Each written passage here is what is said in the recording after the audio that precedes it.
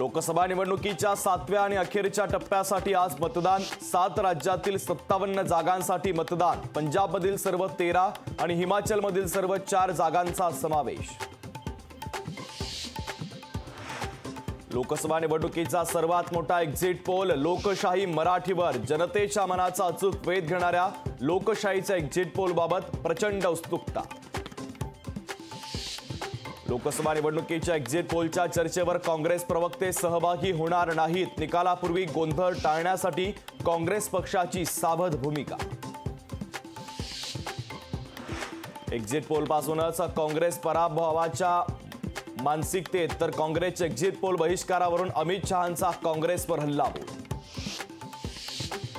शरद पवारांसोबतचे काही आमदार काँग्रेसमध्ये जाण्याच्या तयारीत तर राष्ट्रवादीचे प्रदेश अध्यक्ष तटकरेंचा दावा। शरद पवार समर्थकांनी मात्र तटकरेंचा दावा फेटाळला।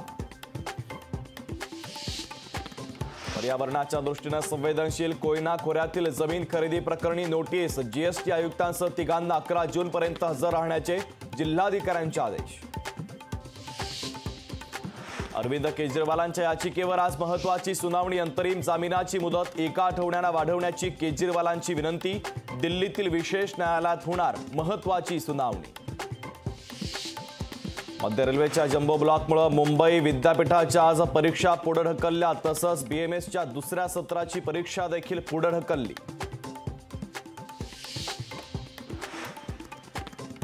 मुंबई विद्यापीठाच्या कर्मचाऱ्यांना आज सुट्टी जाहीर। जम्बो ब्लॉकच्या पार्श्वभूमीवर कर्मचाऱ्यांना आज सुट्टी देण्याचा निर्णय।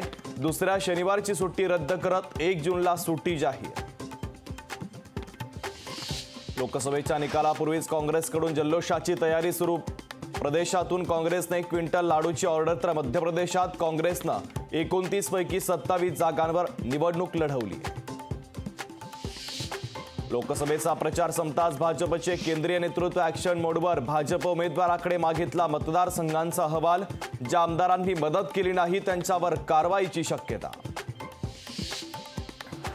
विधान परिषद निवडणुकीच्या उमेदवारीवरून महायुतीमध्येच रस्सीखेच। शिक्षक मतदारसंघासाठी राष्ट्रवादीकडून शिवाजी नलावडे तर भाजपकडून अनिल बोरणारे इच्छुक।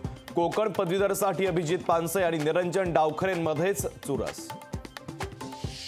कांदा प्रश्नी केंद्राचा महाराष्ट्रासोबत भेदभाव। कर्नाटकच्या कांद्याला निर्यात शुल्कमधून वगळलं। महाराष्ट्राच्या शेतकऱ्यांवर केंद्राचा अन्याय।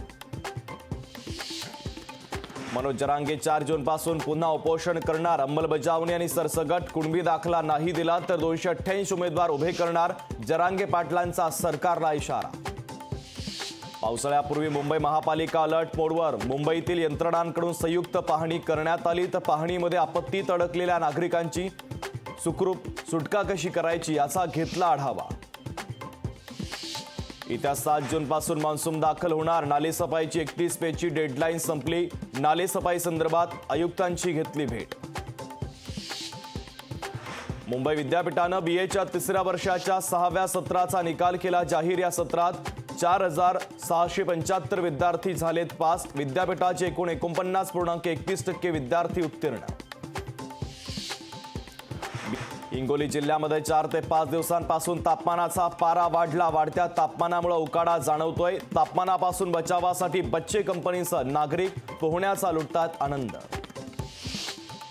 यवतमाळच्या पांढरकवडा तालुक्यातील टिपेश्वर अभयारण्यामध्ये पर्यटकांची गर्दी। अभयारण्यात व्याघ्र दर्शन होत असल्यानं तेलंगणा, विदर्भ यासह इतर राज्यातील पर्यटक मोठ्या संख्येने दाखल।